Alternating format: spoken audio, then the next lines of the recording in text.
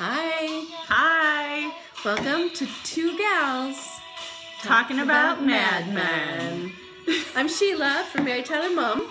I'm Katy from I Got a Dumpster Family. And we're listening to Katy's Mad Men Spotify soundtrack. Spotify. I don't even know what Spotify is, but it's cool. Got some Marvin Gaye. We're going to take it down a little bit, though, so we can talk a little bit. We've got business here. And yesterday I had this, the best idea in the world. And I texted Kate immediately, because that's what I do with my best ideas in the world.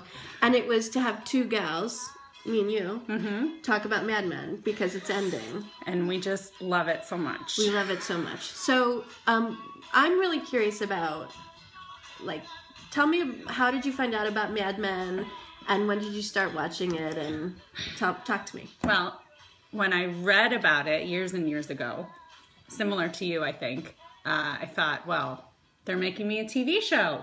How nice of them. How nice of them. Sign me up. I'm in. And I've loved every single minute, second, moment of it from the very first show. Okay. And same with me. When I saw the first advertisement. I know, advertisement right? on television. So I probably saw an ad for it before it aired, a few weeks before it aired. My hair's funny, sorry. And I was in love before the first episode. With the style. The style. And I credit that. So my folks got married in 1958. And as long as I can remember, I have loved everything in that era. Probably because our home furnishings were from 1958, even though it was 1978, 1988. Yeah. My folks really didn't upgrade much. So it surrounded me. But there was something about seeing photographs of my mom and her friends in that era that I was always swoon. Everything, the style was so beautiful. So just something about that mid-century, and my house is furnished that way now, and it's a total, yeah, look at you, of course. Look at you, too. I mean, These are Roger Sterling glasses, right?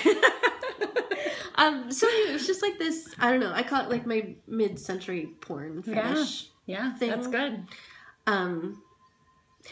But it's a romanticization. Oh, yeah. Say that word. It's really hard to say. Romanticism. I mean, basically, I romanticized that era. Because there was, if you watch Mad Men, there's some hardcore things going down. A lot. In the mid-century that weren't really dark kind or pretty. Dark things. Yeah, not good stuff. So I definitely fetishize it. And it's pretty. I mean, it's beautiful. But there's a lot of substance there, too, as well. For sure. I'm going to recommend that you read a book if you haven't read this book. David Halberstam wrote a book called The 1950s. Oh. And it's that thick. All right. I read it a zillion years ago. But that would be a good thing to read coming off of Mad Men. Now, Mad Men is about the 60s, obviously. But it sets up... All right, cool. The premise really nicely. Thank you. Yeah. So how are you feeling about the end? Ugh. I kind of feel nauseous. I feel anxious and sad and also excited. I want to, my husband said this morning, I'm really looking forward to seeing how it ends. And I have more of this fear of, I don't want it to end.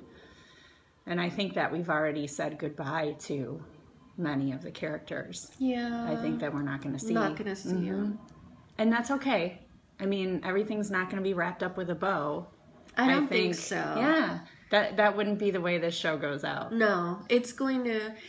Because I think Matthew Weiner, he's a storyteller. I don't think those stories are just going to end. I don't think it's a pretty bow. No. And so I think... as a good storyteller, he's going to want us to continue imagining. Or he's going to continue. I don't know. Yeah. But I don't think it's going to be wrapped up tightly. I don't know. Yeah. Some are going to be... I know. I'm really actually depressed. I feel Yeah. I have a day at home on Monday, and I'm really thankful for that because I feel like I'm going to be a mess. Pajama day? I'm going to be a mess. Is it going to be a pajama day? Yeah. Yeah. I mean, I'm really going to mourn for this show. It's been in our lives for like, what, 8 years? Yeah. 7, 8 years? Every single week. I mean, not when it's off the air, but you knew it was coming back.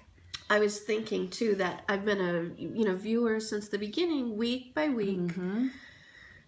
But then when you go back and you just watch them, there's something really, it's a totally different experience and relationship to the characters and the storyline, and things are more cogent when you're seeing it more linearly, like minus commercials and minus the 6 months breaks, between seasons and the week to week. But okay. I know. And I have all the DVDs and I've watched. You do? Oh, yeah. Can I borrow? Yes. I've collected.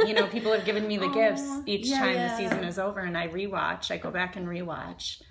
And it just gets better and better. I think the more you watch it, you see more. So if I ask you, do you have a favorite episode or a favorite season? Can you pull anything? I don't think so. Okay. I think it's all... That's the best thing about this show. Some people give it grief for not being as good, for not being as substantial, in certain seasons, or I eat it up with a spoon. Anything they give me, I eat it up with a spoon. And what's your big takeaway? Like, okay, aside from the style, which is gorgeous, and the cinematography, it's really spare and it's really honest, because I feel like you're right there with the actors. Which I'm going to miss just that. Right. Style. Seeing that beauty on television every week. Seeing something really beautiful like that on TV every week. But what sort of overall... Like, if you had a person that never watched Mad Men, they've just never watched it, but they love Katy, they love you. So what would you tell them about it? I think the reason I love it so much at this point is that these characters are so human and flawed, as we all are. Right. But that is rarely shown in such detail. Right. And it's dark. It is dark. It is. But there are moments of humor in this show unlike any other show I've ever seen. And some of it, I happen to like the darkness of it. I do too. I think that's why we get along. Yeah. Yeah, no, I'm totally drawn to it. It's like a moth to the light, but it's like the opposite. Mommy bloggers to the dark. I don't know what it is. But it is. Maybe it's our life circumstances. I don't know. But it does explore, and everybody is so flawed. Yeah. But it's interesting. And you're pulling for them. Even like there's when no they're good or bad. Bastards, you're like pulling for them. There's no like, this guy is absolutely terrible and bad. He's flawed. She's not, the worst mother ever. Right. No. She's flawed. I love Betty. I do too. Oh my God. I do too. Yeah. You can't, and that's great writing and great character work right there. Because you can't just say they're the worst. I think that's where we're going to go next. Let's kind of wrap this one up, and we're going to tease you, because that's what we do. And come back, and we actually haven't even figured out how this is going to work, but we'll figure it out. We'll do this. Tune in. My blog, her blog, who knows? Both blogs. Yeah. We'll figure it out. Because we're going to talk about characters. We're going to break it down, people. Break it down.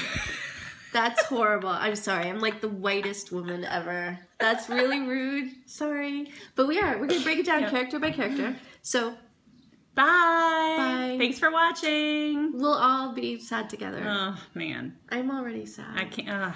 I can't. Bye.